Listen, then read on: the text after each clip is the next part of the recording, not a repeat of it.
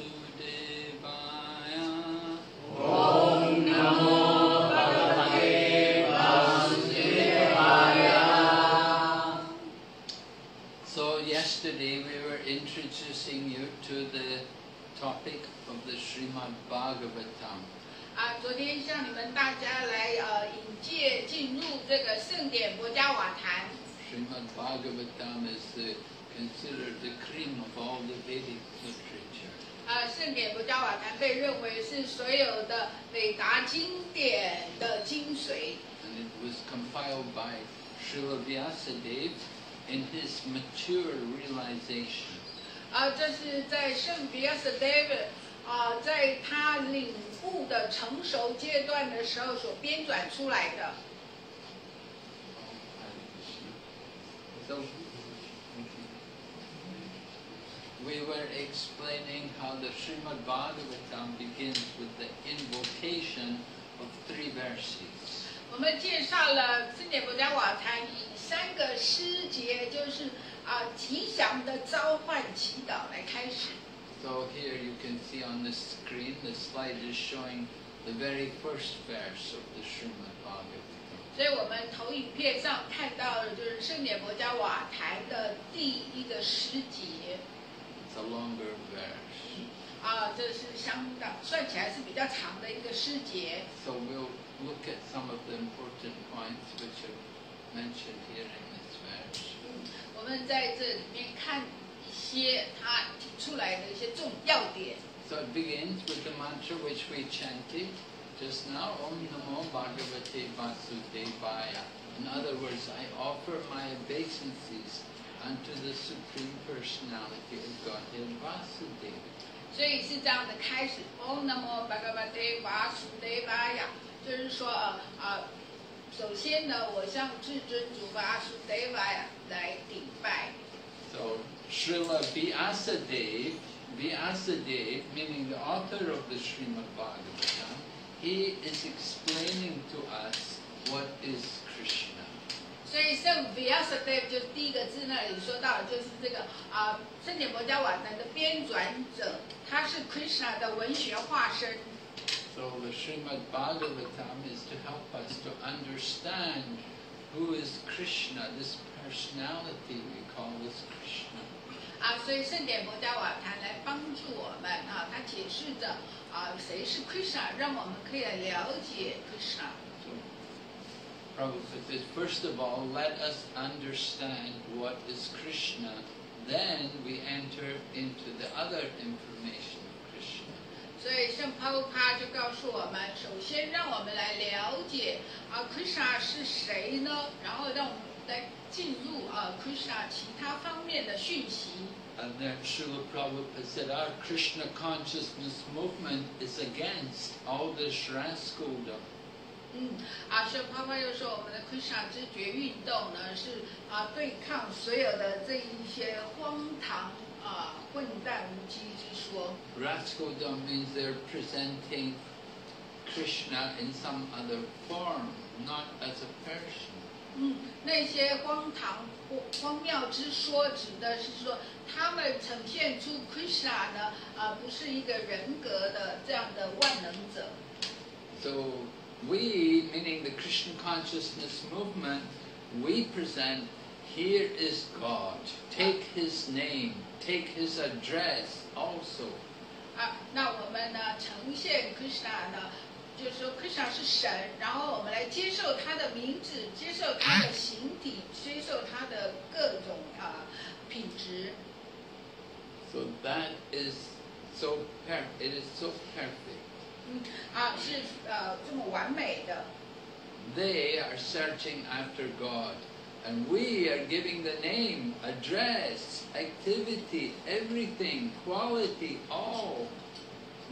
那人们在找寻的神，那我们呢给人们的这个讯息，就是神的这个他的品质、他的形体所有他的一切。In this way, Srila Prabhupada is describing to us the significance of this opening statement in the Srimad-Bhagavatam. 所以是帕布帕是这样子来，最开始就来介绍这个圣典博伽瓦话谈这个重要性。So now here's a couple of words which are being presented there. You can see Om Namo Bhagavate Vasudevaya Janmajasya Yato Navayat Itaratas Jate Shi Abhigyana Swarat. So Abhigyana Swarat, we're going to look at these two particular terms and understand their meaning. 刚刚这诗节里面在念的时候有特别，现在先说到里面的两个字 Abhigyana and then Swarat. Abhigna meaning knowing everything. Abhigna 就是说知道的一切。And Swarat meaning fully independent. Swarat 就是说完全独立的。So Prabhupada said, I am conscious to a certain extent only, not fully. I'm not a Abhigna. 然后他就说，我只是对对事情的知觉，只是到某种程度，而不是完全的知觉着一切。I'm not very expert.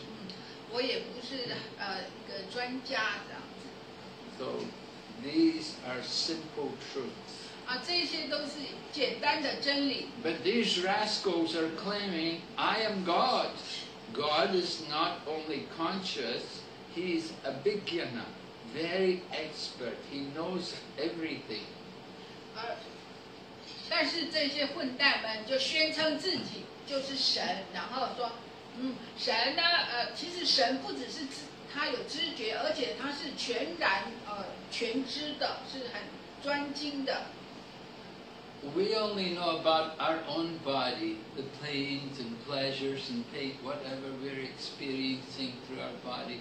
We don't understand the pains and pleasures of another person. 我们所察知、感知，只是我们自己的身体知道自己的身体的状况，可是我们无法去察知、感知别人经历的痛苦、快乐这些。So our knowledge is very limited. 因此，我们的知识是非常有限的。But if somebody is actually God, then God is in the heart of all living entities. 但如果说某一个人他是神的话呢，神他一定知道所有的生物的情况。The Paramatma is there within the heart of all living entities. 所以是这个超灵在所有生物的心里面。This is stated in several places in Bhagavad Gita and other Shastra also. 这个被国家梵歌还有所有的经典里面都这么描述着。So somebody says, I'm God, then they have to prove it, right? They have to say, do you know what I'm thinking? Do you know my pain and what my pleasure is? 如果有人说他是神的话，你叫他去证明，然后跟他问说，你知道我在想什么吗？你知道我怎么样吗？我有什么计划等等，你问他。So another parent, how can they ever know these things? God knows everything, but we don't know. 那个人怎么可以知道一切呢？是神知道一切的，我们并不知道。We give the example, just like this apartment, we're renting, we don't own it. Now the landlord, he knows everything about this apartment. 就像比方说，我们这层我们是租的公寓。那这个房东呢，他知道这个房子的一切，我们并不知道一切。And he has many other apartments. 他还有其他很多的公寓。And he knows about each and every one of his apartments. 而且他自己知道他每一个公寓他的房子的状况。We only know about this apartment. 我们知道只是我们这一间租下来的公寓。The same way God is like the landlord, the proprietor of everything, everyone.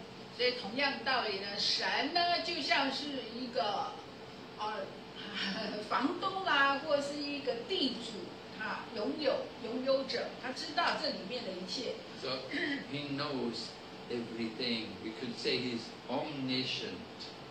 所以他知道一切，就是他是全知的。We are not. 但我们并不是。 And he's also Swarat. He's fully independent.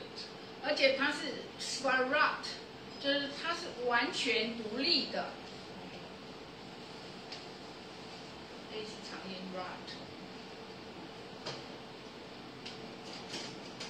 Prabhupada continues said, to get a Vighna or experience, we have to consult somebody. But God is Swarat. 现在说到，如果一个人想要得到经验，Vighna， 我们就必须要跟某一个人来询问、咨询、讨论。但神他是 Swarat， 他是完全独立。 Swarat means he's personally so independent, he doesn't require to take knowledge from anyone else. That is God. 这个 Swarat 的意思就是说，他是个人，是完全独立的，他不需要去从任何人那边获得知识。那这个就是神。 So you can see how the Srimad-Bhagavatam from the very beginning, the very first sloka of Srimad-Bhagavatam is describing to us some of the very important characteristics of God. 所以我们可以知道的，国家瓦坛中最开始就告诉我们神的特征，他的特质。 Recognize this place? 大家看出来在什么地方吗？ Singapore 还是 Where? London Where? London London? Okay. Okay. London is not so modern. Maybe Hong Kong.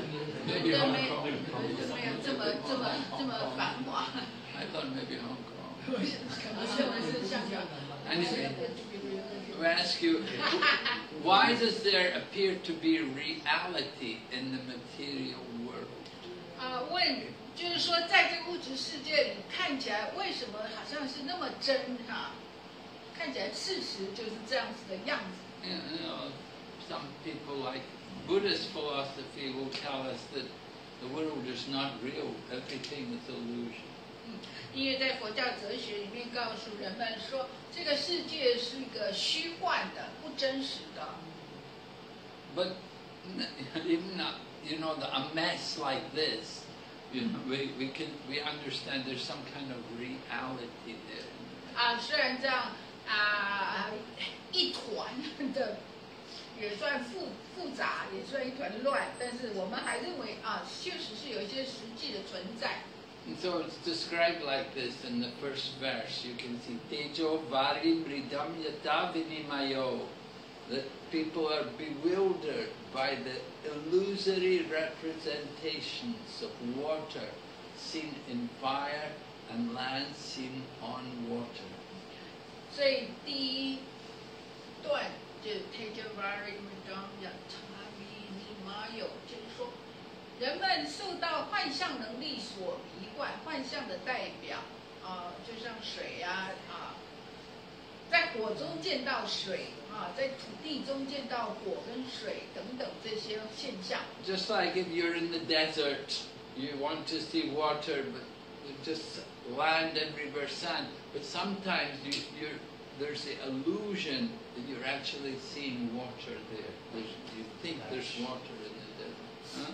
Mirage, yeah. 就好像说人们在非常干燥的大地，甚至就是沙漠，远远的看，你会看到一种幻象，就是好像远处有一个甘泉，有水，就是这种海市蜃楼。 And similarly with fire, there's this illusion of seeing water in fire. 那同样在火里面会看到一种假象，好像在火中又看到水一样。 So it's, the Bhagavatam continues that only because of him does the material universes temporarily manifested by the reactions of the three modes of nature appear factual, although they are unreal.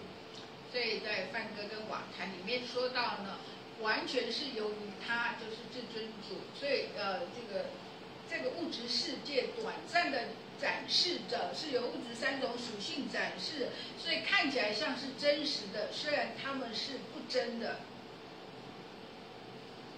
Appear factual. They're there, but they're temporary. They're not eternally existing. 好，这里说到它看起来像是真实的，意思是说它们是存在的，可是是短暂的。Just like our material bodies, we have these bodies. They're real to some extent, but they're not eternal. 就好像我们这个肉体是存在，真实存在，可是并不是永恒的。And it's all the manifestation of the three modes of nature. 那完全是物质三种属性的展示。So this is the nature of the material world. It's the creation of the three modes of nature. It appears to be real, but actually it's not real. 所以这是物质自然的属性，它展示看起来是真的，但实际上也不是真的。So Srila Prabhupada, he found that to talk about God is confusing for people because there's so many gods. 这Prabhupada又说到，跟人们说到神呢，很为难，是因为很多时候人们对神的概念是困惑的。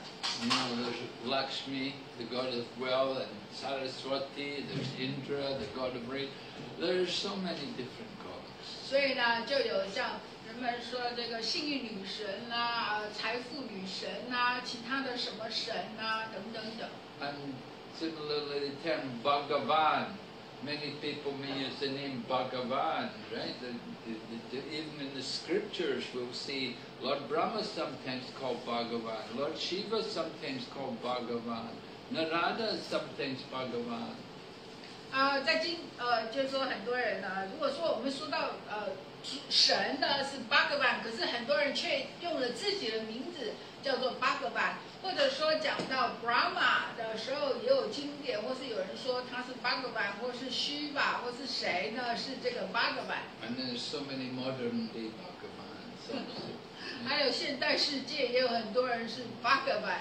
So Prabhupada wanted to give us a better understanding of God. That instead of using gods, he spoke about the absolute truth. 所以呢，Prabhupada要更明确的认识呢，就说到神呢，他把它说就是绝对真理。There's the absolute that is described it was described there in the verse. Sadyam param dimahi.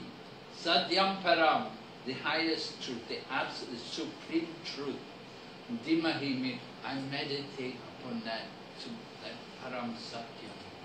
所以就是说讲到了 Param Satyam Dimahi， 就是说它是至高无上的真理，而且我来冥想着这至高无上的真理。So Srila Vyasadeva, who has composed this verse, he says that the manifested internal potency, meaning the spiritual potency, is real, whereas the external manifested energy in the form of the material existence is only temporary and illusory.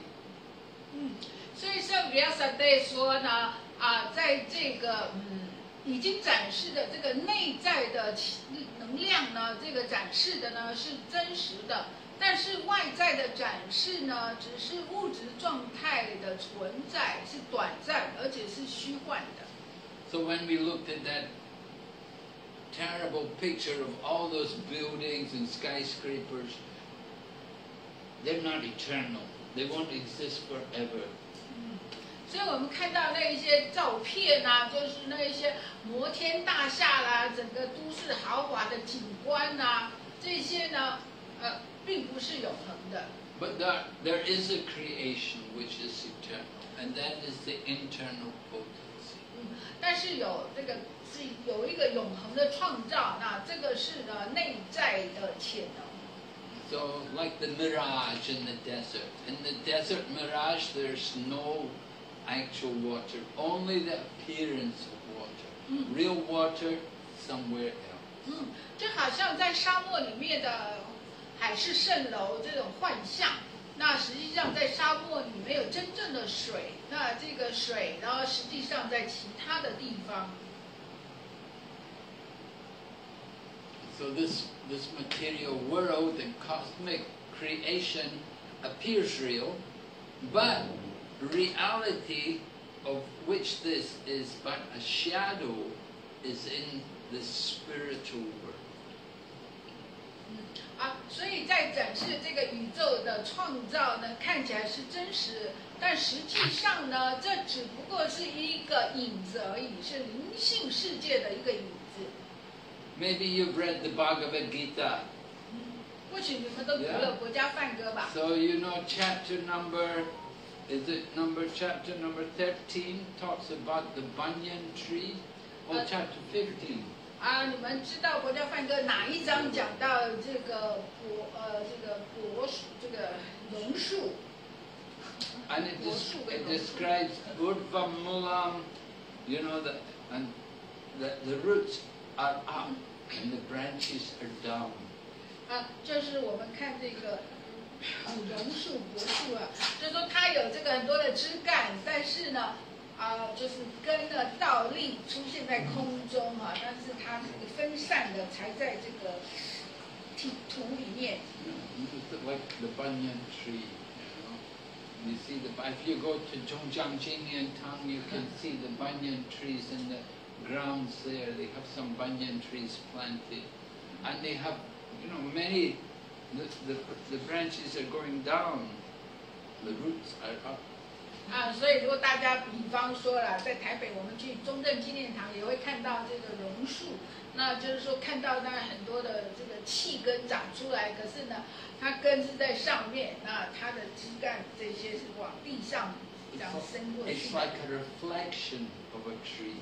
那这个树的样子，就像我们一般看到树的这个倒影。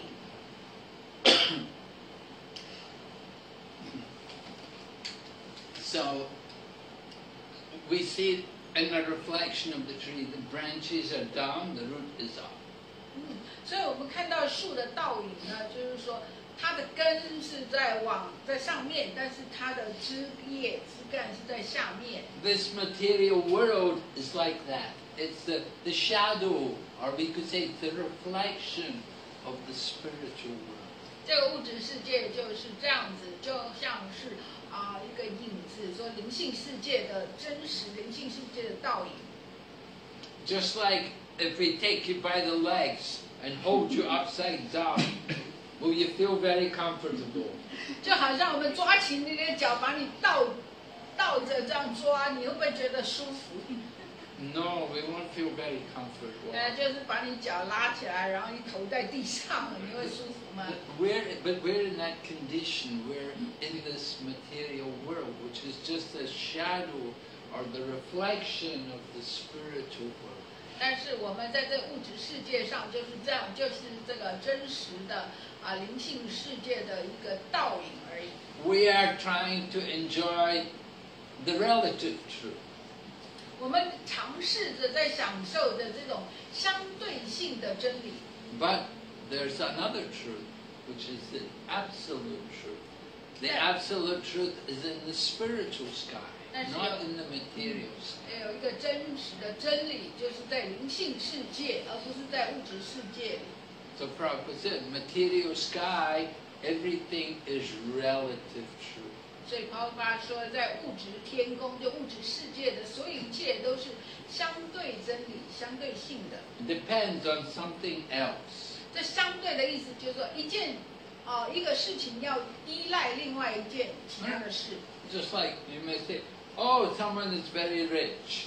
No, it's comparing one person to another person. 或许有人说谁呀很有钱，可这只是跟这个人跟另外一个人在做比较而已。 Oh, this person is very old, comparing to other people. 说这个人很老了，那只是跟另外一个人比较的。So that is relative truth in relation to others. 所以这是相对的真理，都是跟其他的对象关系相对的。But we want to understand there's another truth, which is the absolute truth. 但是我们想要来了解另外一个真理，就是绝对真理。So Prabhupada said, there's no reality in this material world. There appears to be reality, however, because of the true reality that exists in the spiritual world. 这帕帕说，实际上呢，在这个展示我们看到的展示的世界里，没有真实的情况。他们看起来是真的，但是由于真实的情况只有在灵性世界存在。Just like one example, we all have the desire to live. No one wants to die. 就好像说我们都有这种愿望，就说一直活着，没有人想要死。But we know the body is temporary. The body cannot live forever. 但是我们都知道，这身体只是暂时的，不可能是永远的。Why do we have that desire to live forever? 为什么我们有想要说一直永生的愿望？ Because in the spiritual world there is eternal life. 是因为呢，在灵性世界有着永恒的生命。The soul never dies. Ajo nityam. Ajo nityam shasvato.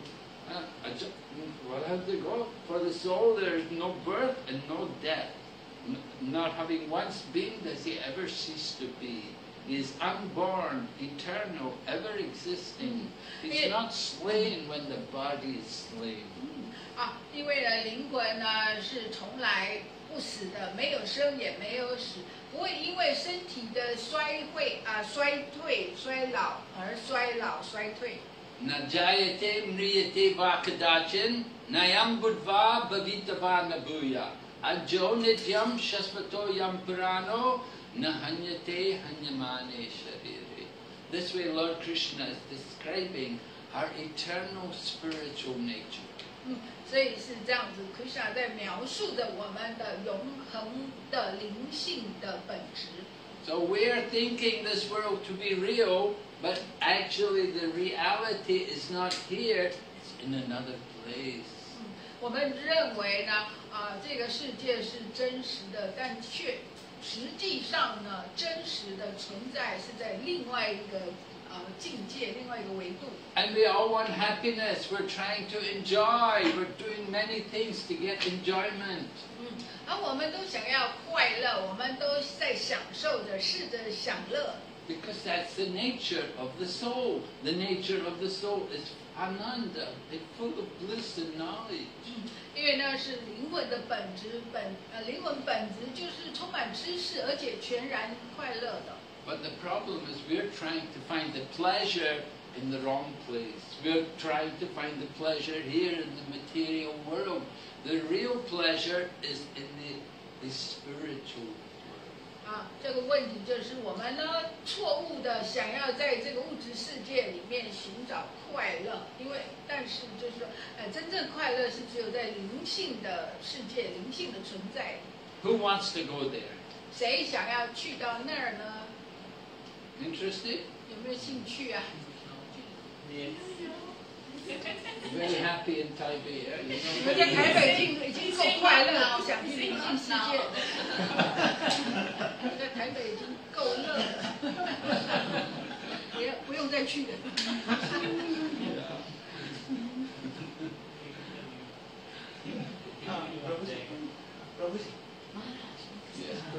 Can you explain a bit this absolute truth?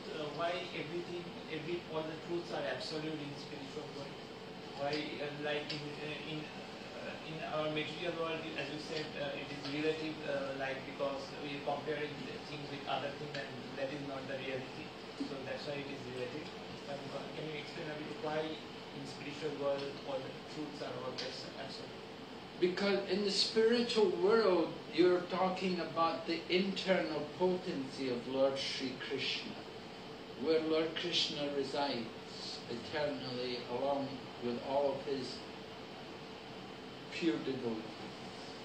And they live there and enjoying eternally. There's no question of suffering because they're in their spiritual bodies. And the nature of the spiritual body is Satchidananda, full of bliss and knowledge, eternal.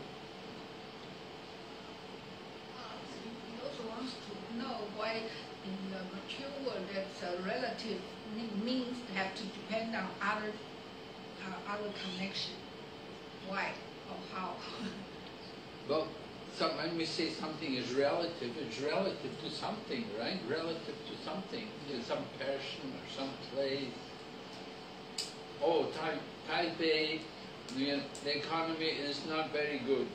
That's relative to some other place, you know, you're talking, it's in relation to, or in relation to the past. So, relative truth is all based on other considerations. But absolute truth is simply connected to the Supreme Lord.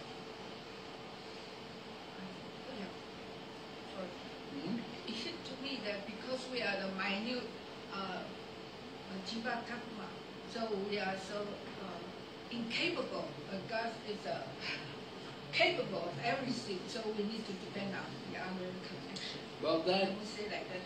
That point is, she's bringing up the point that the living entities are eternally a part of the Lord. In the material world, you're living separate from the Lord.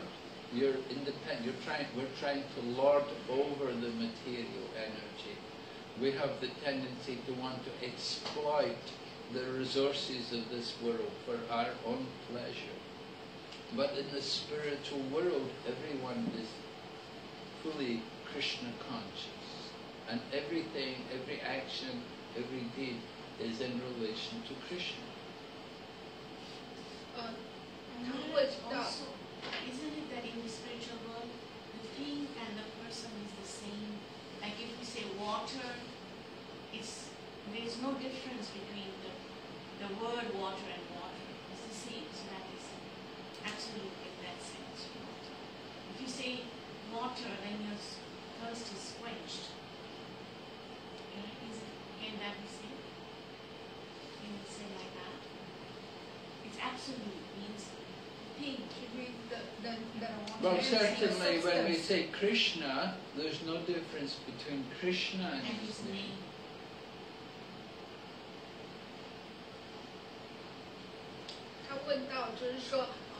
为什么说到有绝对真理跟相对真理，而绝对真理是在灵性世界，物质世界只是相对真理。这个马拉什的回答告诉我们，绝对真理呢，是因为在灵性世界里面，它本质就是主的内在能量是绝对的而且是它完全是主，是完全独立自主，不需要依赖其他的事物、其他的知识。So it's possible to 那物质世 realize 界 this. 就是相对的。 Okay. So it's possible to realize this absolute truth only if we can be fully Krishna conscious. Yes. Yeah, you must be fully Krishna conscious. Well, the absolute truth is personified by Lord Sri Krishna. So to know the absolute truth means to know Lord Krishna. He is the personification of the absolute truth. Knowing and realizing is a different thing, or suppose I know now. Yes, knowing and realizing are different things. Just like you may know you're not the body, but to realize it is something else. Realizing and feeling, truly feel. Realizing and feeling. Yeah, well, knowing is just theoretical knowledge, but realization means you actually act according to that understanding. You will actually live in a manner according to that principle. Just like you may know water is a combination of hydrogen and oxygen, but can you make water. Do you know how to combine hydrogen and oxygen to produce water? The practical application of that knowledge. So you know you're not the body, but at the same time you can't control our mind and senses. That's the problem. I know I'm not the body, but still I eat too much, I sleep too much, I'm greedy, I get angry, these things. So can we say the absolute means eternal and not deteriorated by time, and relative means it's deteriorated by the time, so it's becoming relative. Can we yes, see in this that's respect? also there. Yeah. The spiritual world, there's no deterioration, there's no influence of time. It doesn't degrade like everything in this world with the influence of time becoming older and broken down. But in the spiritual world, there's not that influence of time. 所以关于绝对跟相对这两个字，大家有稍微在讨论发表一些意见。那么呢，一个部分呢，绝对的意思是因为它在灵性世界是 Krishna 至尊主的内在能量，在灵性世界是内在能量，那在物质世界是相对性的而且是我们另外一个原因呢，我们只是主的一个个体的所属部分小部分。所以我们的力量没有那么大，主是完全有力、全知全能的。那所以我们在这个世界都必须要依赖其他的生物或其他的世界，所以也变成是一种相对性的。另外一个原因呢，就是说绝对的意义就是它是绝对是永恒的，不受时间限制。在灵性世界，任何的个体任何的一切呢都是绝对，就实质它的形体，它的名字，就是 Krishna 的形体跟名字是同一个，不会分离的。可是，在物质世界却是相对的，一个人的名字跟他身体是分离的。而且在物质世界呢，一个相对的意义就是说，它相对的意思就是说，它会受时间而影响，生物会有衰老蜕变，各种变化是因为时间的因素。灵性世界它绝对是因为它不受时间的。不受时间的改变。Okay. So, Swamiji, so after realization, one becomes part of absolute truth. Means Jivatma becomes Paramatma, or like what is? No. Is it like non-dual reality after realization? Jivatma remains Jivatma. Paramatma is Paramatma. We never become God. That's the point.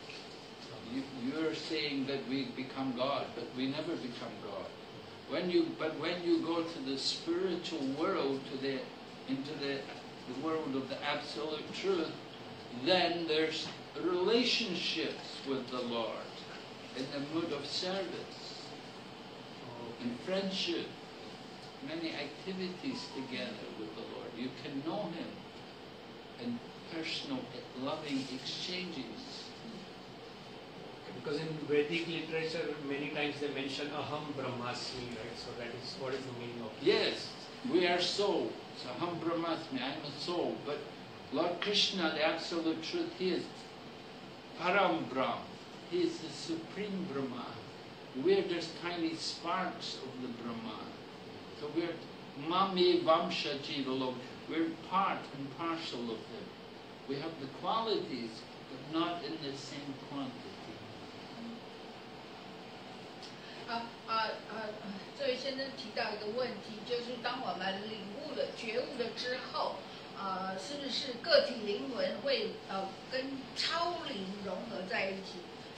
回答不是的。当我们完全觉悟的时候，完全进化的时候，我们每个个体灵魂还是一个个别的个体灵魂。但是呢，主呢，他是至尊梵，就是说，在《韦达经》的第一句说，刚刚他提到一个字 ，Aham Brahmasmi， 就是我是一个灵性的梵。但是Krishna 是 Brahman， 就是 Krishna 呢，至尊主呢是至尊梵，他是无限大的至尊梵，我们只是微小的一个个体而已。所以即使我们到了解脱的状态，还是一个个体个别的个体啊，但是跟神跟至尊主的关系展示出来，而且永恒的关系存在着，这是觉悟后会出现的现象，会可以领悟到这一些关系，但不是说会跟神融合在一起。因为刚刚有人提到说，什么觉悟跟感觉跟知识是什么样的情况？一个人如果有知识的话，还没有到觉悟是不一样。知识是说，马上讲例子说，比方说我知道我不应该吃太多，我应该早起，我应该怎么做？可是我还是吃太多，然后我又早上爬不起来，或是我知道不应该生气，我不要生气，这就是知识跟领悟的差别。领悟就是说了解到知识，实践去做。所以他会提到，就是说我们觉悟的之后，个体身份的关系是这样子。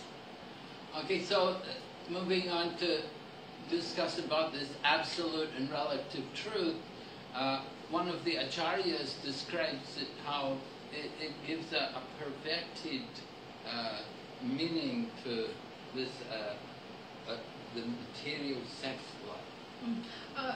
这里说到绝对跟相对的真理里面呢，有先前的大师告诉我们，物质上的性生活只是说原来事实的一个扭曲的投影，原来的事实的情况是绝对真理。And the part which you brought up, this is what the impersonalists would claim like that. That we are individuals now, but we'll become one, we'll lose our personality. That is what we refer to as impersonalism, and that is very harmful to people's consciousness to think like that.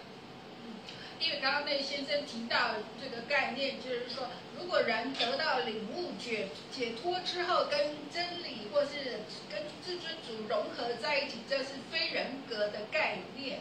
但是呢，我们是人格的概念，就是说永恒，在任何阶段，主是一个单一独立的，我们也是一个小的独立个体。Yeah, it's described here. These impersonalist philosophers, they've encouraged people in this mundane sex life because they've given too much importance to this idea of impersonality. 这一节的要旨有在这边说到，非人格主义者一直在推动的物质的性生活，因为他们是非常的非人格的概念，想要跟人就是生物领悟的解脱融合观念，所以他们用这种扭曲的方式来认识。Because if we accept this impersonal idea, then ultimately means we're all God. I'm God, you're God. We can all enjoy together because we're all God. 因为人们如果 There are no rules, there's no regulations. We're God ourselves, right? So we can do whatever we like. 因为人们如果接受这种非人格的概念呢，就可以很容易来宣称我是神，你是神，他是神，我们都是神，我们可以很自由随意自行。所以呢，人们就不受约束了。所以他们这为什么非人格的主义这个学说会那么所谓泛滥？ And the verse also ends, I told you earlier, Satyam Param Dhimahi. I meditate upon that supreme truth, that Param Satyam is the absolute truth. 这是在 Gayatri Mantra 的一个尾段，最后都是说 Satyam Param Dhimahi， 就是说我冥想的它，也就是说它就是绝对真理。 So within this verse, he's included the Gayatri Mantra by putting this word Dhimahi. This word Dhimahi, this is one of the key words in Brahma Gayatri Mantra. 所以包括在这里面的要旨，包含了这个 Gayatri Mantra 的一个部分，因为特别是这个字，这个 Dhimahi 就是说冥想，就是我冥想这个至尊真理，我冥想着。Are you chanting Brahma Gayatri? 就是说二次启迪的人会念诵这 Brahma Gayatri。不一定二次启的人去的，我问他们。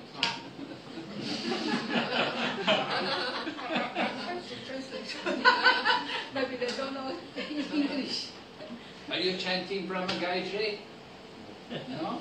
而且问 Bhargo Devasya Dimihi, as mentioned, Bhargo Devasya Dimihi. Anyway, it mentioned here, Satyam Param Dhimahi. He didn't put the whole Gayatri mantra, but he just put this one word here, indicating Gayatri mantra. 包括就在这诗节没有把整个 Gayatri mantra 引述出来，他只是把里面这一个小部分放在这里，就告诉我们而已。Now, to chant the Gayatri mantra, you should be qualified. You should have Brahminical qualities. 所以要来念诵这 Gayatri mantra， 必须要资格来念诵这个婆罗门的 Gayatri mantra。And Brahmana means symbol of the mode of goodness. 婆罗门的意思就是说，它代表着善良属性的品格。In the Bhagavad Gita, Lord Krishna lists 9 qualities which are meant to be the qualities of the Brahman.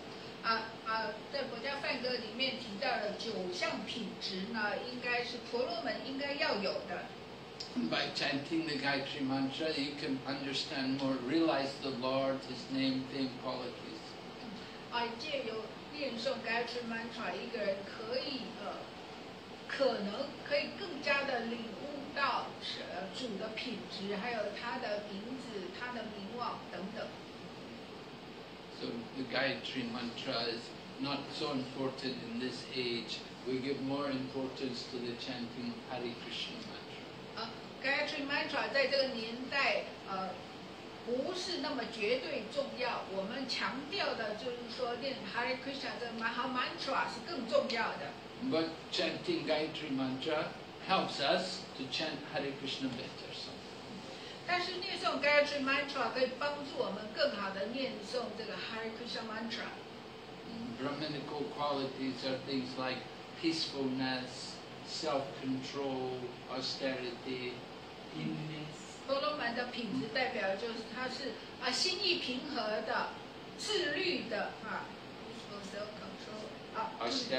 他进行苦行的，cleanliness 洁净。Very important for the Brahmana. 这些品质对婆罗门来讲很重要的。And truthfulness. 同时是诚实的。They tell the story about the young boy wanting to go to Gurukula. He wanted to get admission into the school. So the head teacher, asked the young boy, "Who's your father?" And the young boy said he didn't know, so he told him, "Go home and ask your mother, who's your father." 有一个故事来讲述诚实这个品质。曾经呢，有一个小孩，一个男孩，他想要去上学，Gurukula上学。他去到学校那边，他要准备说去入学。那这个里面学校的这个校长老师问他说：“你的父亲，你的爸爸是谁呢？”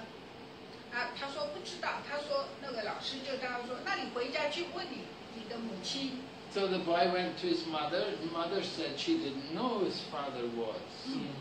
The young boy came back and told the head teacher, "My mother doesn't know who's my father." 那这个小孩就回家去问他母亲说：“我的父亲是谁呢？”那母亲跟他说：“其实我也不知道你的父亲是谁。”那这小孩也很如实的照样的回去学校跟这个校长说了。So the teacher understood this boy is very honest. Doesn't lie. Usually people will feel ashamed. They want to hide the fact mother didn't know who's the father.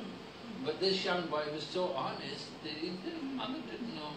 He said, "All right, you can come to the school because you're very honest. So he'll make a good Brahman." 所以呢，这个老师校长就知道呢，这个小孩非常诚实，因为一般人会掩藏事实，认为会很丢脸这个连自己的母亲都不知道父亲是谁这些事情，但这小孩直接说了，所以这老师认为这小孩非常诚实，他可以成为一个很好的婆罗门，因为他这样诚实的品质。And similarly, cleanliness is also women. The Brahmana usually will bathe like 3 times a day. 同样的，清洁洁净也很重要。婆罗门沐浴3次， And if a place is dirty, he must clean it. He cannot leave it dirty. 而且同时自己周围环境非常干净，他不能容忍自己所处的地方是脏的。 He can't say, I didn't do it. 人们可能说，哎，这个不是我弄脏的， Not my dirt. 不是我这个我的杂碎。 So here's an excerpt from the preface of the Bhagavatam. 所以这里有国家瓦坛里面的序。 It says Srimad-Bhagavatam is a transcendental science, not only for knowing the ultimate source of everything, but also for knowing our relation with Him and our duty towards perfection of the human society on the basis of this perfect knowledge. Simply by a careful reading, one will know God perfectly well, so much so that the reader will be sufficiently educated to defend himself from the onslaught of atheists. Over and above this, the reader will be able to convert others to accepting God as a concrete principle. 这是四念国家瓦坛里面的序的一个部分。四念国家瓦坛是超然的科学，不只是说可以知道所有一切的终极来源，而且是可以知道与它的关系，与至尊主的关系，以及我们对人类社会的完美的责任是以这样的完美的知识为基础。仅仅只是借由非常小心的研读呢，我们可以完美的认识神。所以呢，读者们应该有足够的教养，受到国家瓦坛的教养，而不要受到无神论者的骚扰和侵略。而且在这一点呢，读者们必须要能够很对经典擅长来自己接受神是一个很真实实质的原则来去说服别人。 So that's the end of the first lesson there. 这是第一课的部分。If there is too packed, you can sit this side. Please, some of you, please come here. Yeah, Because there are other people packed will in come in. front door. And please get cushion, don't sit on the floor.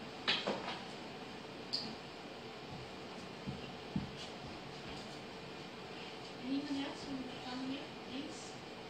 You want to say?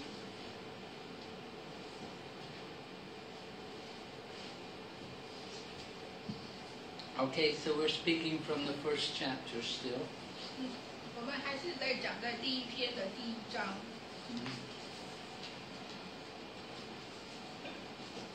Here's our Srimad-Bhagavatam. And we spoke about the first verse that was describing the subject and the goal of Srimad-Bhagavatam. 这是圣典国家瓦坛的第一篇我们讲到就是说这个目的研读国家瓦坛的主题跟目的是什么？ And it was describing how we can offer our obeisances to Lord Krishna, who is the absolute truth. 而且我们也描述了呢，可以怎么样来向 Krishna 顶拜致敬，Krishna 也就是绝对真理。 And so then we're going on to the second and third verses to look at them. 我们看到第一章的第2、3个诗节。 So here's the second verse. 这是第2个诗节。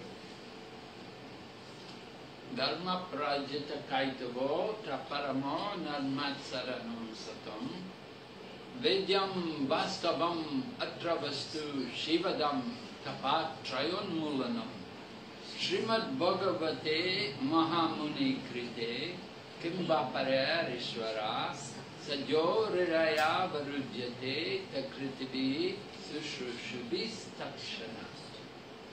Alright, we're going to hear about religion, what is real and what is pretentious religion. It's mentioned there in the very beginning, Kaitava, Dharma Prajita Kaitava. The Srimad-Bhagavatam is completely rejecting projita kaitava. Kaitava meaning cheating religion. It completely rejects. 所以达玛 Prajita Kaitava 呢，达玛就是特别的宗教来说 ，Prajita Kaitava 就是拒绝这个欺骗的、骗人的东西。So this knowledge is meant for those who are described here, parama nirmatsaranam satam. They're not envious. 所以第二行就是 parama nirmatsaranam satam， 就是说，对这个知识对谁来说，对那个不嫉妒的人来说的。So we're going to hear about this. Prabhupada explains dharma, this word dharma.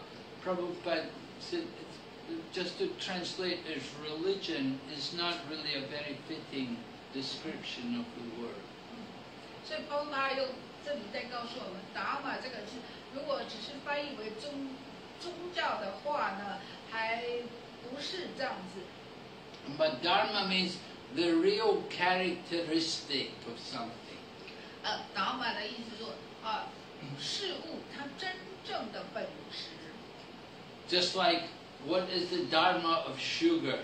就是说，糖的这个达玛，它的真正本质是什么？ Huh? Sweet, right? Dharma will be, and what is the dharma of chili? 辣椒是什么？ Will be hot, 就是它的这个很辣。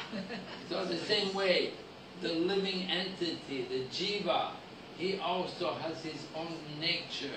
And what is that nature of the jiva? Say吧。Yes? Anand Swarup. Ananda Swarup. Ananda Swarup. Yeah, but we have to achieve that, right? Yeah. We have to come to that state. We have to purify ourselves to come to that. The nature of the jiva is seva, to do service. And we see everyone's engaged in some kind of service. 所以呢，生物的我们这个个体生物 jiva 的本质，这个达玛就是服务人世界的所有生物总是在进行某一项服务、某类服务。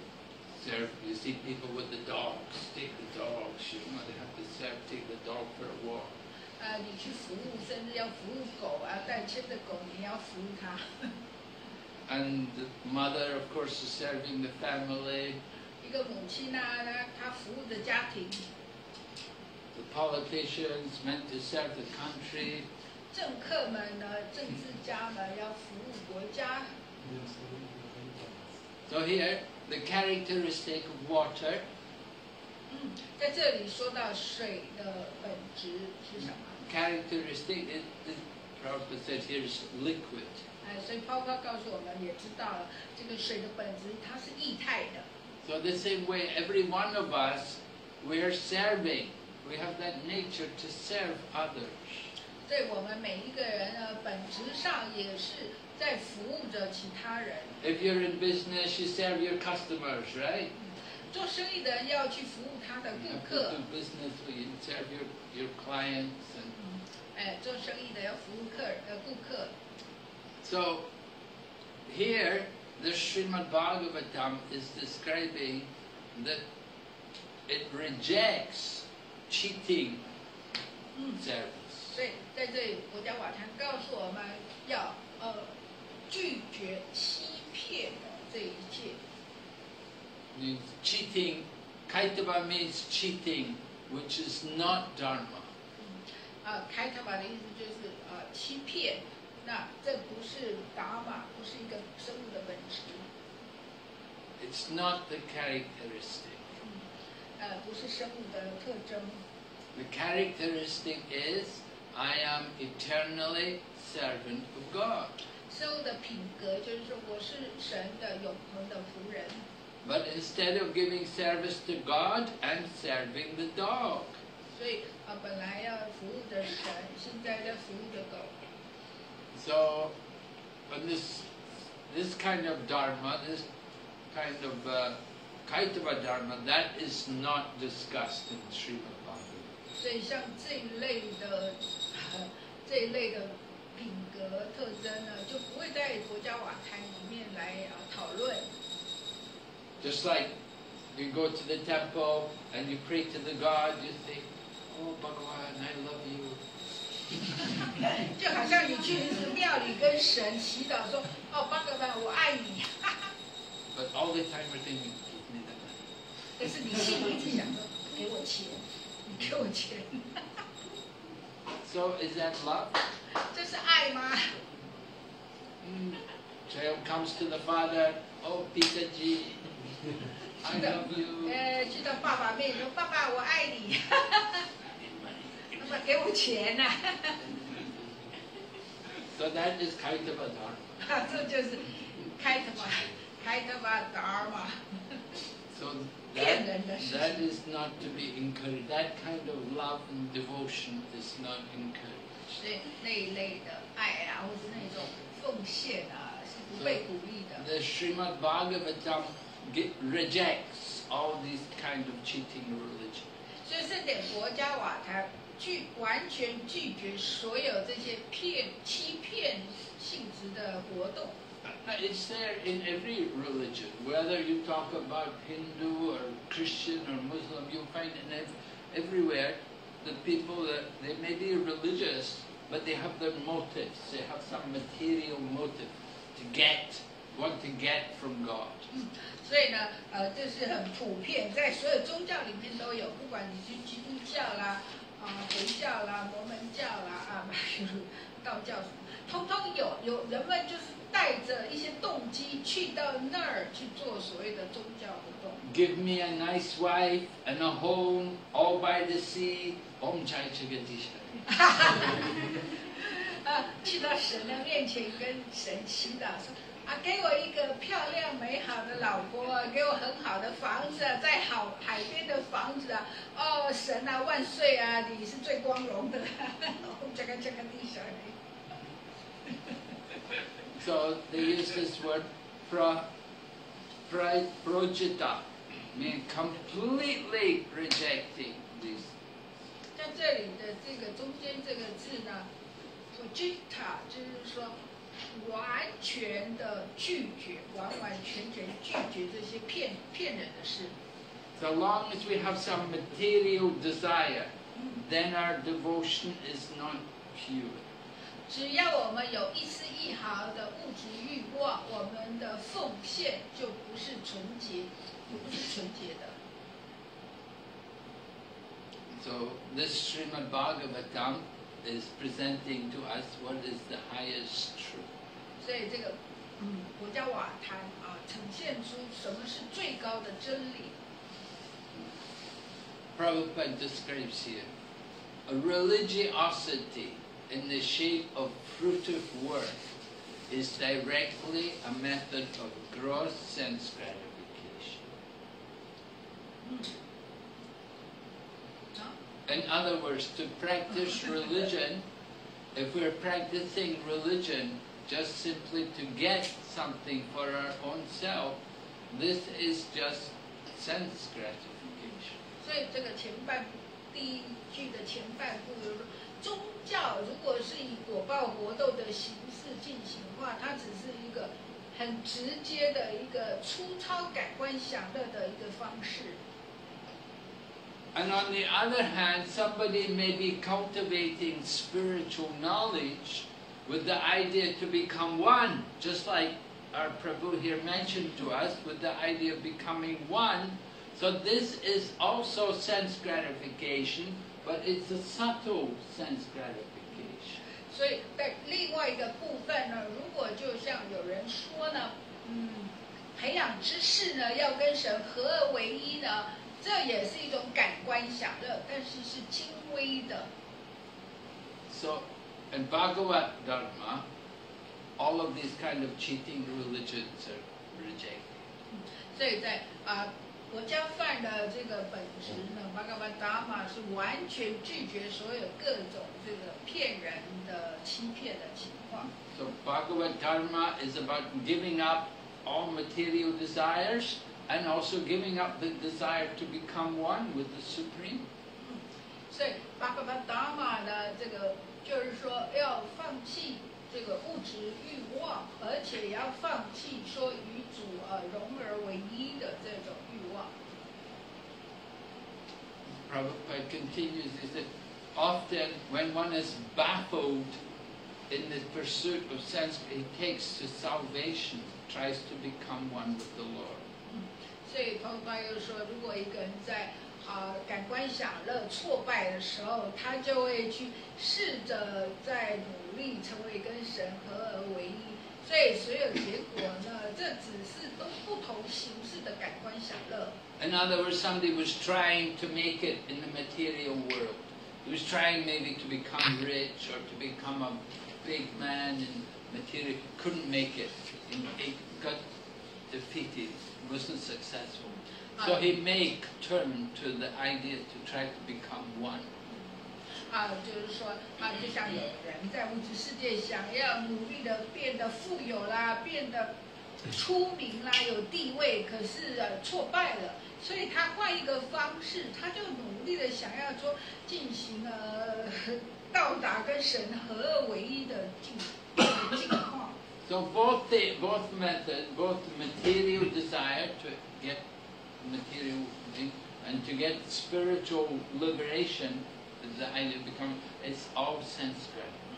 所以像这样子怀着各种的物质欲望，想要物质的享受，还有或者说他去找着所谓的灵性的解脱，但是他希望解脱跟神合二为一呢，这些也都是感官享乐而已。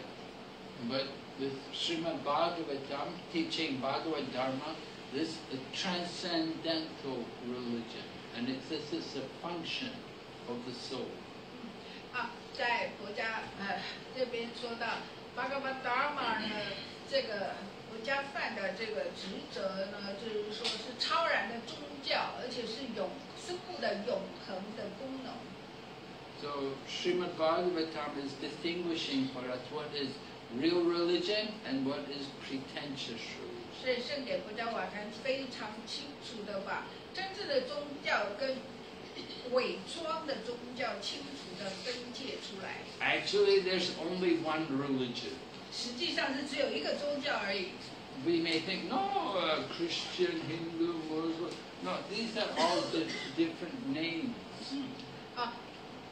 可是人们认为呢，有很多个宗教啦，这个基督教啦、印度教啦、什么伊斯兰教、什么教，其实只是不同的名称而已。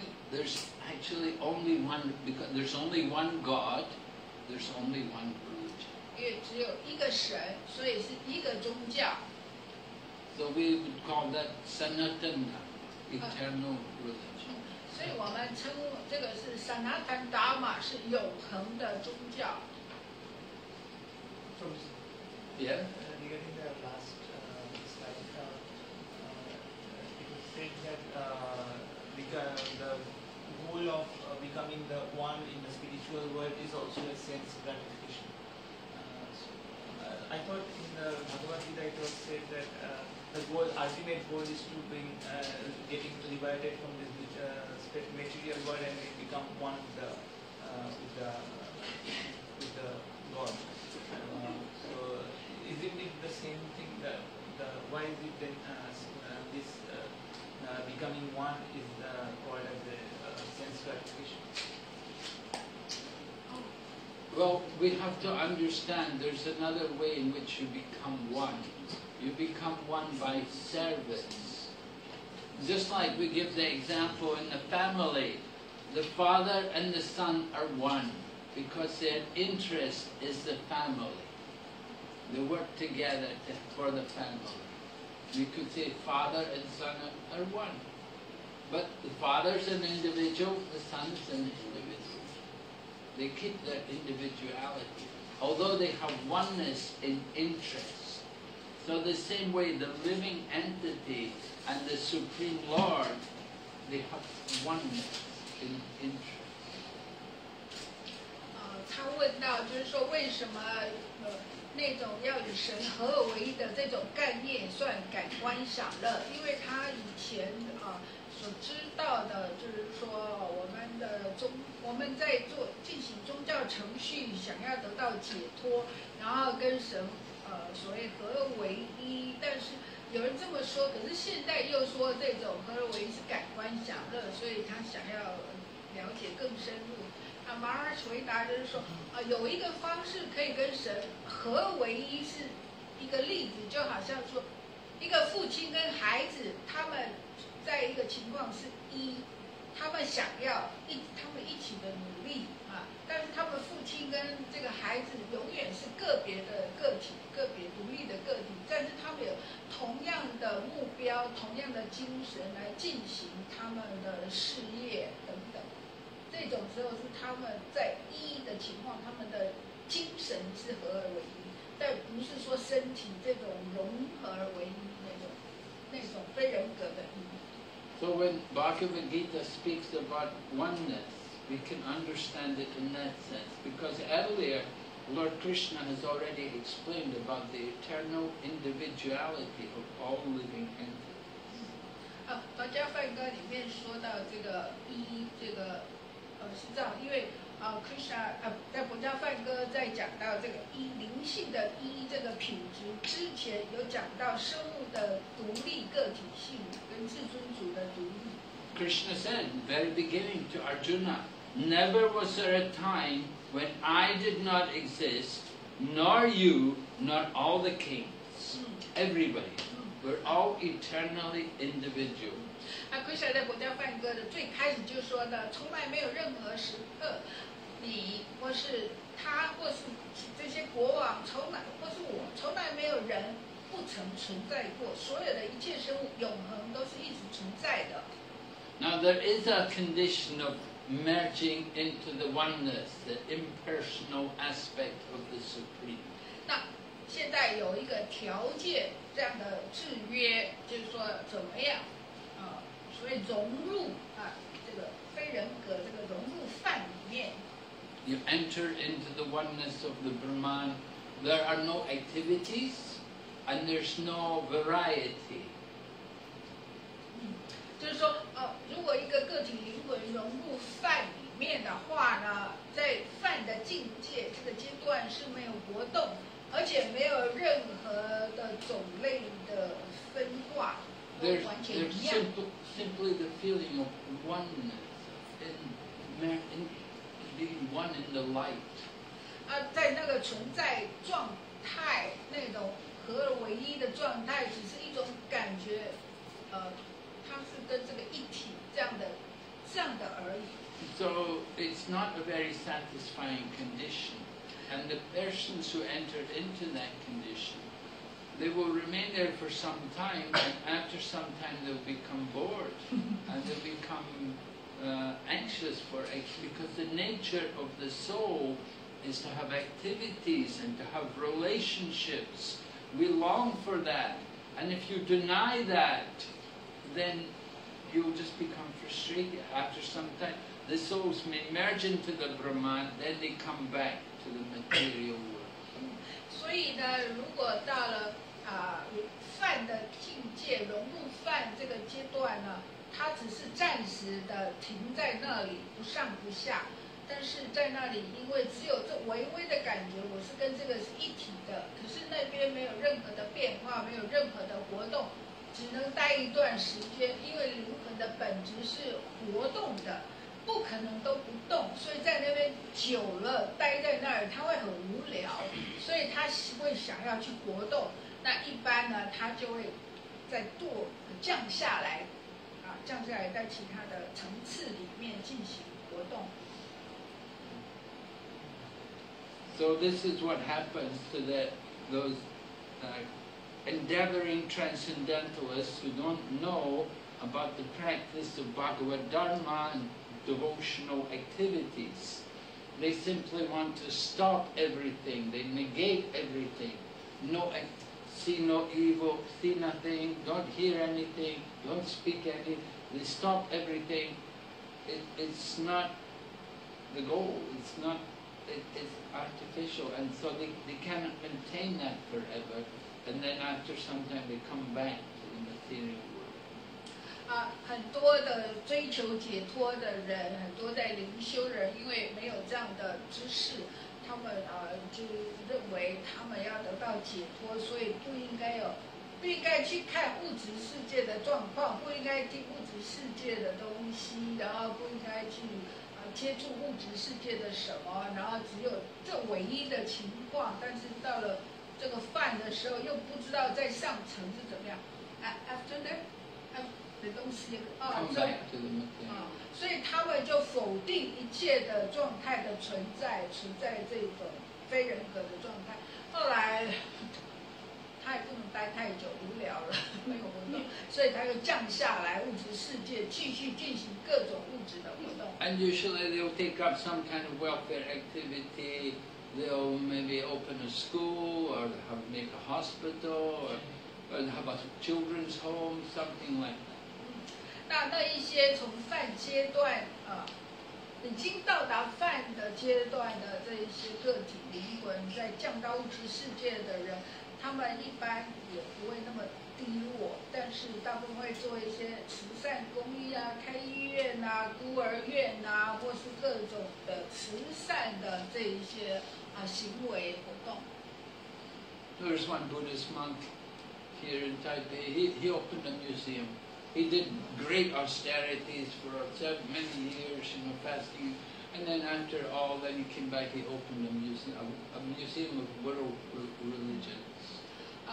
就像我们在台湾这个曾经那个叫什么道法师啊，他以前也是在修佛教，修得到一个阶段之后呢，他会回到社会，他就开了我们所谓台北这个世界宗教博物馆，就说做一些所谓社会的慈善事业等等。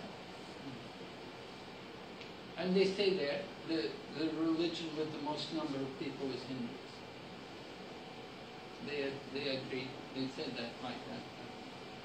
That Hinduism has the most number of followers. 而且在宗教博物馆里面有叙述到，就是说在世界上，宗教团体人数最多就是印度教的人数。And you can see Hare Krishna there. 也可以看到 Hare Krishna 有一部分。Maharaj Hare Krishna, I have one thing here, doubt from Sarvapram's question. So, if someone wants to merge with that light in the Brahman or want to be same with Lord, so where is the origin? It is due to the polluted consciousness or the false desire or incomplete knowledge. So where is the origin? The origin of that desire to merge into the light. Where is the origin, the point? Where it comes. Where it comes. Where that desire. Comes from the desire to be God. So that means it's bad desire. It's It bad. means It's not that a good it's desire. bad. Yeah. You're right.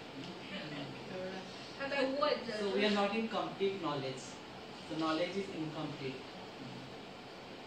Yes, you're right. That's the fact. Incomplete knowledge. Now, Brahman is also one aspect of the absolute truth, but it's not the complete knowledge. Just like you see the light of the sun. Now, the light of the sun has a source. Where's the sunlight coming from? There's a sun planet. And on the sun planet, there's a sun god. You just think, oh no, the sunlight. You just enjoy the light. You don't think about the sun planet. You don't think about the sun god. 他问到就是说，这个个体灵魂会有想到融入泛光那种概念跟神合为的这种想法从哪里来？这个回答就是说，这个生物想要变成神，有想要变成神的愿望。但另外一个原因，马上回答到就是说，也就是说他南高许自己有提到，由于个体灵魂在灵修过程的不完整的知识所以呢，因为在饭的阶段也是领悟绝对真理的一个阶段一个部分，但是他不完整的知识认为终极的阶段只到这里，他还不知道至尊人格神的这个人格部分，所以一部分是不完全的知识，还有一个就是说个体想要变成神这种愿望。So some people who understand the Brahman, the aspect of Brahman, they have some realization, but it's not complete. 所以，如果已经领悟到梵的人呢，他已经有一部分的领悟了，但还不完整。There's also Paramatma. 因为呢，除了我们个体生物还有这个超灵。And then there's Bhagavatam. 然后就说超灵的领悟，再来就是对至尊主巴格的领悟。It's still helpful and good that if we are going for those realizations of the Brahman, of the Paramatma. Well, still good or not? Yeah. The problem is sometimes people get very attached to that and entering into the oneness, and it makes their heart hard. And it makes it difficult for them to understand that there's something more. 他继续问到说，如果一个人到达梵的领悟，或者是到达超灵的领悟，这一些阶段是不是也是很有帮助的？马尔西回答到，就是到达梵的领悟是超灵的领悟，有一个问题，就是人们到那边觉得另外一种脱离物质的那种快乐。所以他会眷恋，会执着留在那个眷恋，但是这个时候，这些灵魂在那边心肠也变硬了，他就不会再去想还有其他生物或是其他，就说至尊主更高的阶段，就是说心肠变硬了，变成铁石心肠或等等的这些情况。Of course, there's a lot of people propagating that philosophy, and you know, even before I became into Hare Krishna, I also used to read these books. And when I went to Hare Krishna temple, they asked me, "Do you know who God is?" And I said, "Yeah, I'm God." You know. 马尔西说：“当然啦，这种非人格的学说跟书籍到处都是。马尔西在成为哈里奎什纳加入之前，他也是读的这些非人格的书籍，所以他进去的时候呢，就知道哈里奎什纳人们问他说：“你知道神是谁？”马尔西说：“我就是神。” You're also God. You know, we're all God. 我是神，你们都是神啊，我们都是神。But then they talk to me and they can preach to me and they explained about Krishna consciousness. 所以呢，他们就开始跟我说啦，然后跟我传述这些知识啊，就是关于 Krishna 知觉这些事情。So that mindset shifted by help of the spiritual master. Yes. 所以那些像他讲述，像马尔西讲述的，也算是马尔西的灵性导师。All right. So then the Vedas, the scriptures, they talk about material things. They talk about, you can see the path of the four principles of religion in the material world. There is dharma, religion, artha, economic development, karma, sense gratification, and moksha, liberation. 所以呢，这里又说到呢，就是说物质宗教的4个原则，一个是 dharma， 就是宗教 ，artha 呢就是说经济发展 ，karma 就感官享乐，来 moksha 呢就是解脱，就是说一般的物质社会的4个阶段。So, and to follow that kind of path, we begin by being religious. By practicing religion, being pious and religious, you get economic development. 所以呢，在物质宗教上，人们就进行宗教活动啊，就是说变得虔诚的话呢，他就会可以得到经济发展。And with economic development, then you get more sense gratification. 所以经济发展之后就得了更多的感官享乐。And after having a lot of sense gratification, you become disgusted with it all, and you think about liberation. 然后呢，在享受了各种感官享乐之后，也厌倦了那就会去想到说要解脱。But does it happen like that? 那实际上真的都会这样子吗？ No, people forget about religion and they forget about moksha. Nobody ever thinks of moksha. Everybody just only thinks artha and kama. 实际上人们并没有这样子所谓去提升，而是呢，他们后来也忘记了宗教了，然后也去忘记要解脱啊，就是一直沉溺在这个经济发展跟感官享乐里。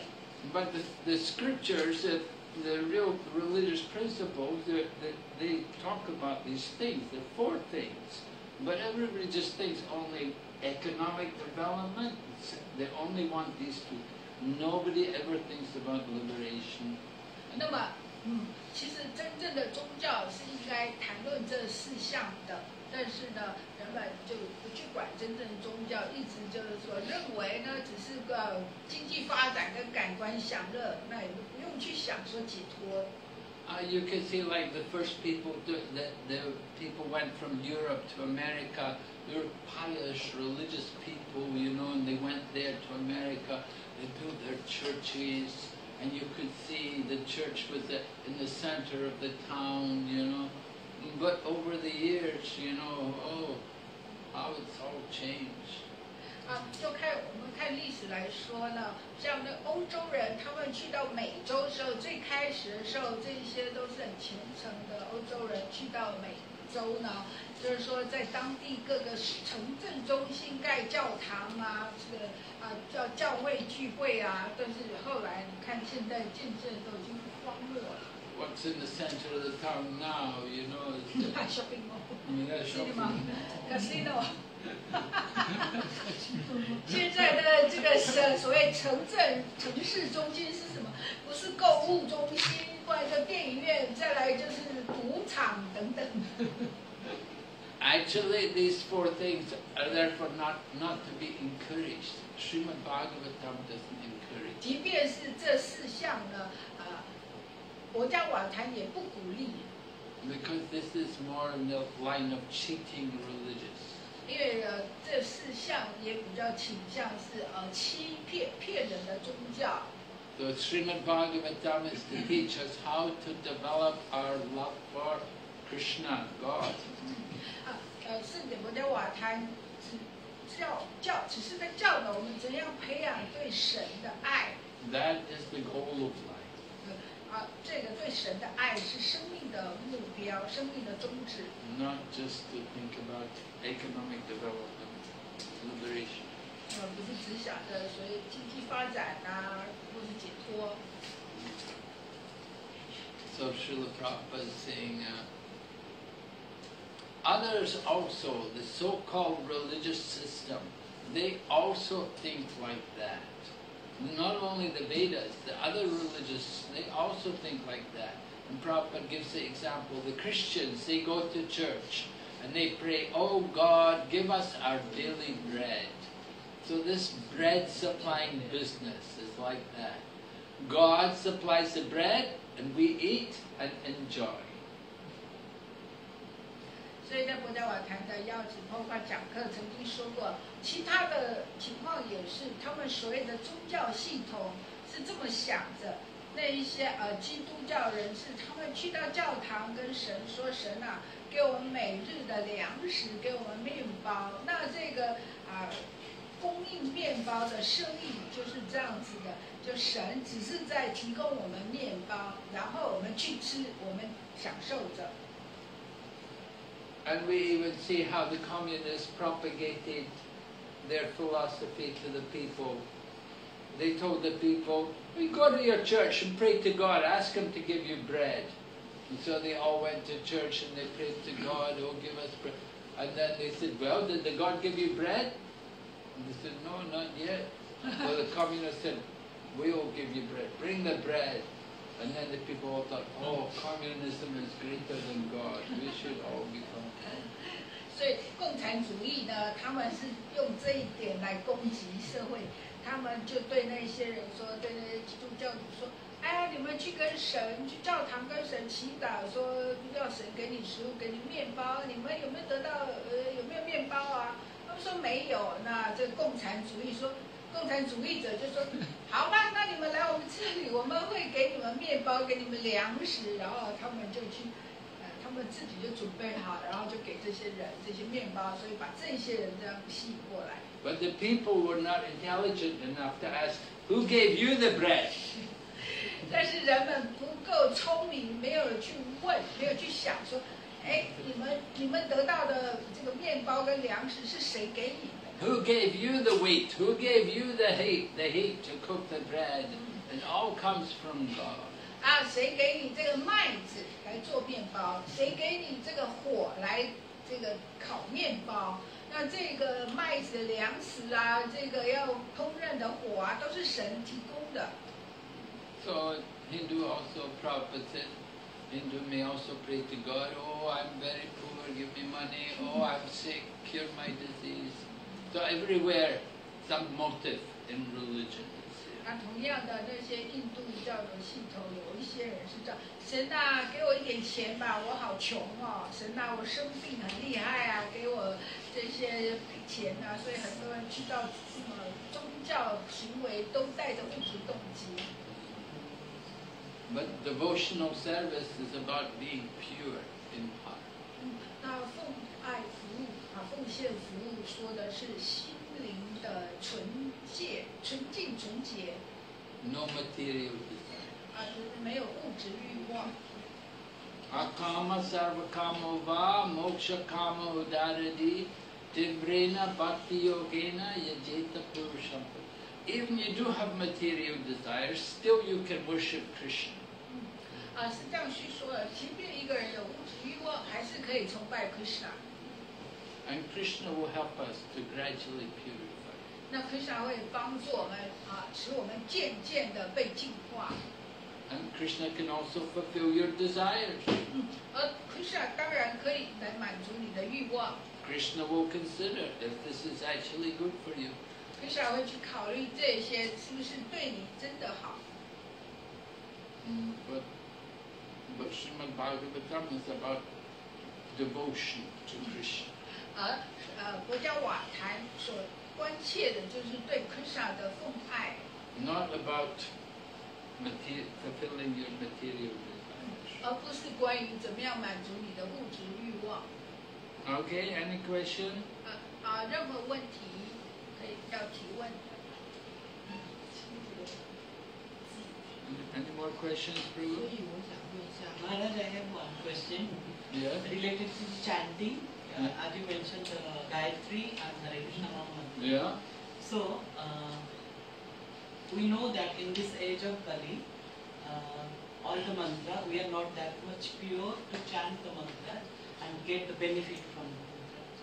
But if we really, like Hare Krishna Mantra, for example, so do we have to realize the mantra first or chant first, like to get maximum benefit? So what we have to do?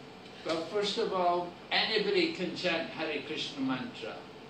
Gayatri mantra is different. Gayatri is meant to be chanted by people, Namo to goodness, Brahmins. But anyone can chant Hare Krishna mantra.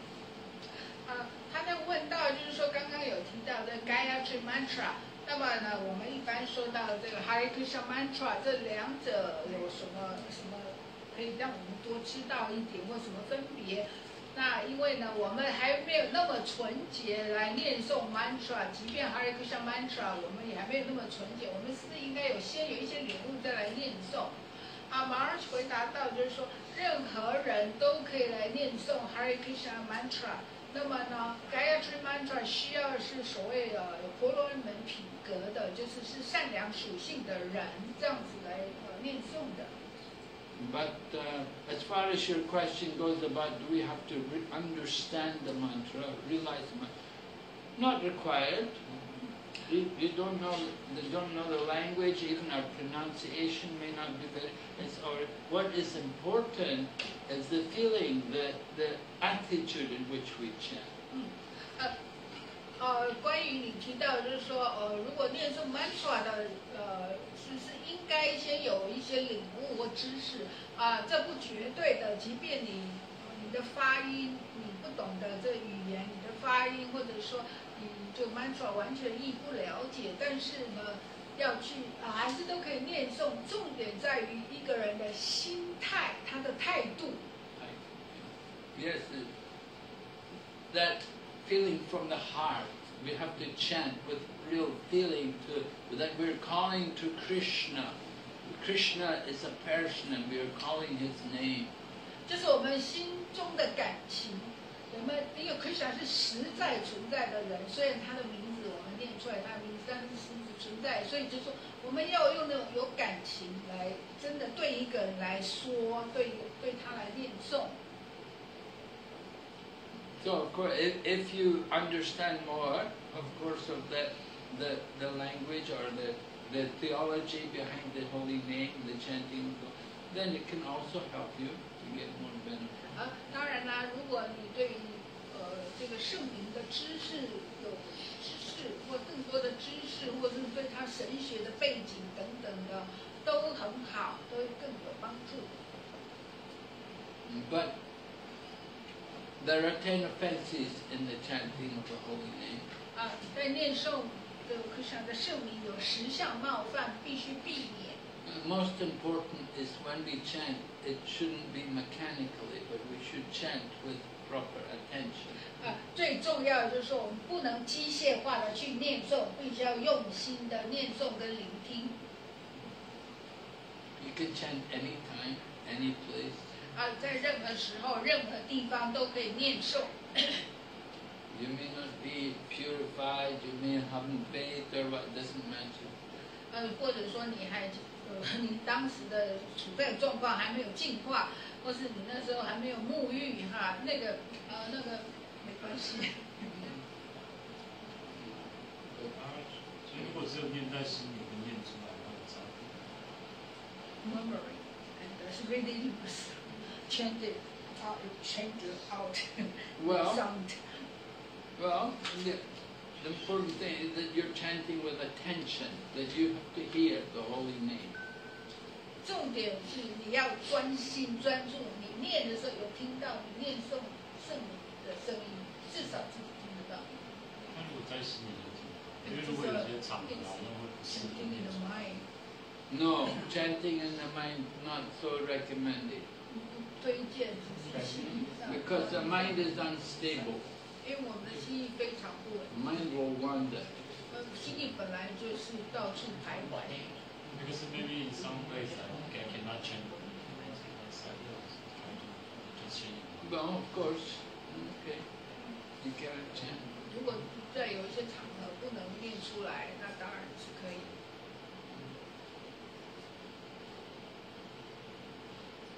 Is there any scientific benefit in chanting? Because most of the mantras, they say there are some scientific benefit. Like when you use the word called benefit, I have not come across in Hare Krishna, Hare Hare, that there was some scientific research done on it. On some of the meditations, there are some scientific research in some university where the mind comes to alpha level.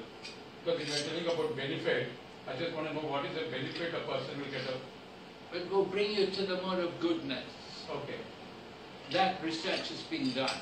Okay. And it's documented. One devotee in the USA, he did his research on that. And he showed that different people in different places, they started to chant Hare Krishna, and they found themselves come much more up out of the mode of tamas and rajas, and come up to the mode of goodness. So there is some scientific research on chanting. Many. And when you chant Ram, also your tongue touches the palate, and also there is pituitary gland stimulation. That research is also done. No, so that's very material. That's not spiritual. Yeah, that is. Then it gives physical benefit, because of the stimulation of the. But we're talking about spiritual. We want to understand the spiritual, but material benefits. You get into this thing. That's not we're not the body, right? We're learning we're not the body, and you're talking about the tongue touching this and this and that. That's very material. You say it affects the brain. The brain is also material. What does it do for the soul? We're talking about the soul. 这位先生问到说，好像他听到过念任何的咒语啊、祈祷文，除了就是说原来说到的益处之外，还有很多边缘的效应啦、副产品啊，很好的效应。那我们如果说念 Hare Krishna Mantra 呢，会有什么的所谓副作用、好的效应？马儿说，当然有，就是说至少会提升到善良属性。那另外一个先生说，如果有念咒，像 Rama 什么名字会让你的身体怎么样怎么样啊？马儿只说到那些都可能会有，但我们重点是要灵性上的帮助，而不去期望说物质上的这一些影响。I have questions or you can say doubt related to the discussion was there. One is from the reply that you given to him regarding that Hare Krishna mantra can be chanted by anyone, but Bhakti mantra per se can't be chanted by anyone. I have this doubt here because when I was a kid in school, we all used to have a prayer in the morning which starts with Gayatri mantra. So it was something that anyone can chant because any mantra is about the energy associated with it. We have to feel that energy rather than characterizing that this can't be spoken by someone. So this is my doubt. Like in India and Delhi especially, we do not associate any mantra to be specific to a person or to be specific to a category. We chant it for the energy to get the positive energy from that mantra. So that was my doubt now, like after this conversation. You said the mantra usually is focused for the energy, not focused on person. So you want to clarify now. It's like all the mantras which as per Hindu religion, because Bhagavad Gita is one of the biggest Quran from Hindu religion. So it for other things also there are a lot of mantras which all can speak based on you should understand when you are speaking it, you yourself realize the energy besides it. Be it our Mrityunjay mantra or the other mantras. Anyone can speak that. I was just having this doubt that it's not specified to any particular Brahmin or something now at least. Because in my school days, we all used to sing that in our prayers.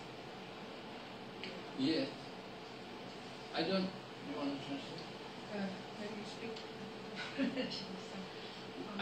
Well, I think there's no harm for young children at school to chant mantras like that, because children will certainly be more in the mode of goodness.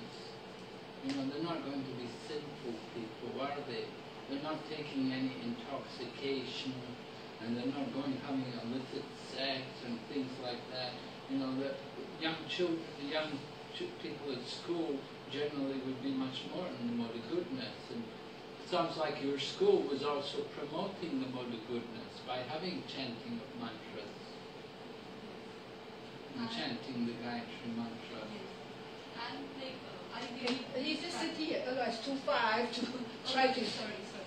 I believe that, like, as we started with the conversation, that God is one, there is no difference, and there is a Sanatan Dharma, and which I feel Hinduism follows that, but apart from this, all God is one. We should not discriminate between different gods.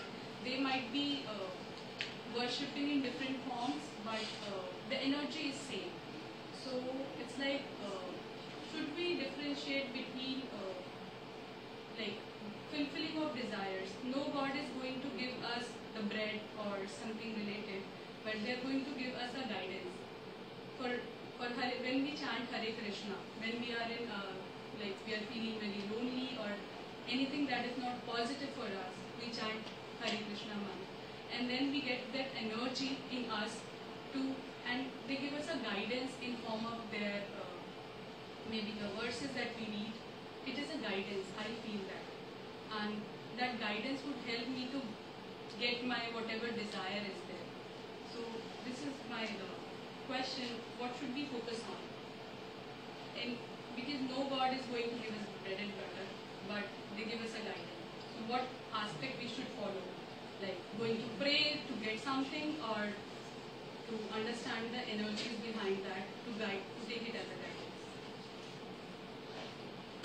Well, you know, you have your own concepts there. You're saying all the gods are one. Yeah. You know, we don't present that teaching here.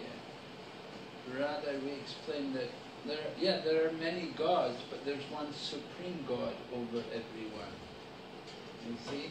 And that's supported also with many different leelas. We see how the different gods behave and how we do recognize that there is somebody supreme over them.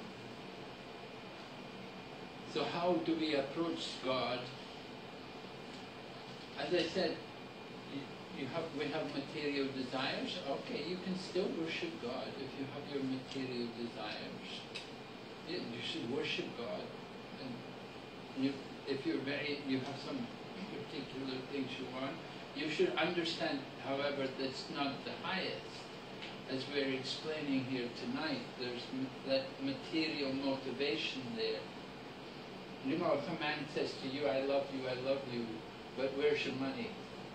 You know, what will you think? You know, I want your money, you know. You want me or you want my money, you know. It's not a very loving relationship, is it? So, the same way with God, He's a person. And we should consider how we approach Him. What is our mood? No, okay, you want something, you can pray to God to get it. And He can help you. He will consider it. If we have the qualification, if we deserve it, He'll give it. He'll arrange it. But it's not pure love. So it is someone who should start worshipping God, so that once you start your belief towards it, and that beliefs will then build up to get into the spiritual level. Yes, we have to come up to the spiritual level. Yeah. So that's why I was talking about coming to the mode of goodness. You know, if we're in the mode of passion and ignorance, then we have a lot of desires, and we have to come up more to the mode of goodness. And then from goodness, then you can go on to the spiritual. 结束他的问题。前面他第一个部分是说到，他看到有一些地方，他们特别强调这个变 mantra 的能量，然后没有强调人格的部分。但是我们今天讲到很多是 mantra 跟神的能量跟他人格的部分。他知道在他所知道的印度的一些学校或者是幼稚园，他们有让小孩子来念祈祷文mantra。那他们是认为这个能量会影响小孩但大体上是这个意思，所以他有点问我们的看法。马上去说可能就说他们这个学校应该是鼓励要教导小孩子有在善良属性的部分，所以让他们念诵这个祈祷文、念诵 mantra， 这也是一个很好的教育部分然后第一个问题呢，他提到呢，刚刚说到很多宗教就是说有的宗教就是说神会给你食物，给你满足你的欲望，给你面包，但是刚刚他听了又好像说，其实没有任何宗教会给你面包，没有任何宗教会给你钱。那我们是不是要怎么样去来遵循宗教，怎么样去选择，或者说要怎么来所谓去从事这种所有宗教性的活动既然神不给我们物质的欲望满足的话，那我们是不是就不要进行宗教活动，还是要怎么样来看？那这个回答就是说，即使一个人有物质欲望，还是可以来崇拜神，去跟神祈祷也是可以的。但是经由这些宗教的规范呢，渐渐的，这个人呢，他就会被净化，他物质欲望会变得灵性化所以进行宗教，就是说特别是像奉爱服务这些呢，可以让一个人进化到这个更直接灵性的培养，后面对神的爱，所以是总是有进行这个宗教性的活动，是个好的一个联系这样子。Somebody had a question? Yeah. Actually, I want to know what exactly devotional service is and how it can help us to get our heart purified. Yes. Well, devotional service is about the loving relationship which we have towards God, rendering service to God, doing service for God. And particularly it begins with hearing about God, how He's a person, and his personality, His qualities, and His activity, how He creates, and things like that. And hearing also about His energy, and we are also the energy of God. We are part of His energy, so we should understand the relationship between Him and us. So devotional service is understanding God as the master and we are His servants. And it begins with hearing and chanting. The chanting is also there. Chanting the mantras, the prayers. So only chanting and hearing can make our heart become purified? Oh yeah, very powerful, yes. Hearing, but hearing the right things and hearing from the right people is important. But you can read the books also yourself, hearing from, when you hear from the book, you hear from the author should be some qualified, bona fide person, hear from the right source, that's important. And also while chanting, sometimes like our mind is so disturbed and we cannot focus on, hearing properly, or maybe we are just chanting but our mind is somewhere else. So chant louder. The sound cover your mind. Yeah, your mind is somewhere else. You're not chanting carefully. So you have to try to focus, bring the mind back and focus on the chanting. So I say chant louder, and that will help you to bring the mind under control. Okay, thank you very much. Hare Krishna.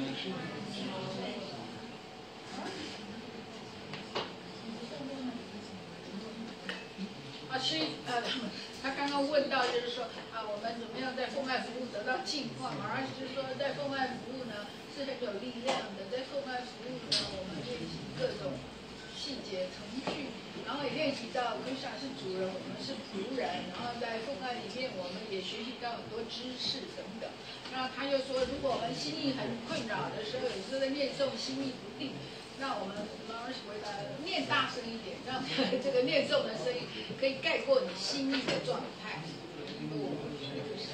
His Grace Narasimha Swami Maharaj ki, Rani Mata ki, Prabhupada ki, और मैं वृंद की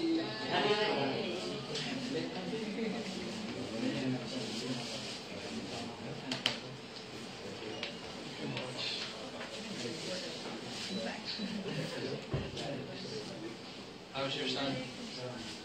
How's your son? He's in America still. He's in UK. Oh, he's in UK. London. Married there. Married. Huh? Married in India. Married in India. Okay. Yes, come. You are. ये अपना नाम ही बोलिए क्या है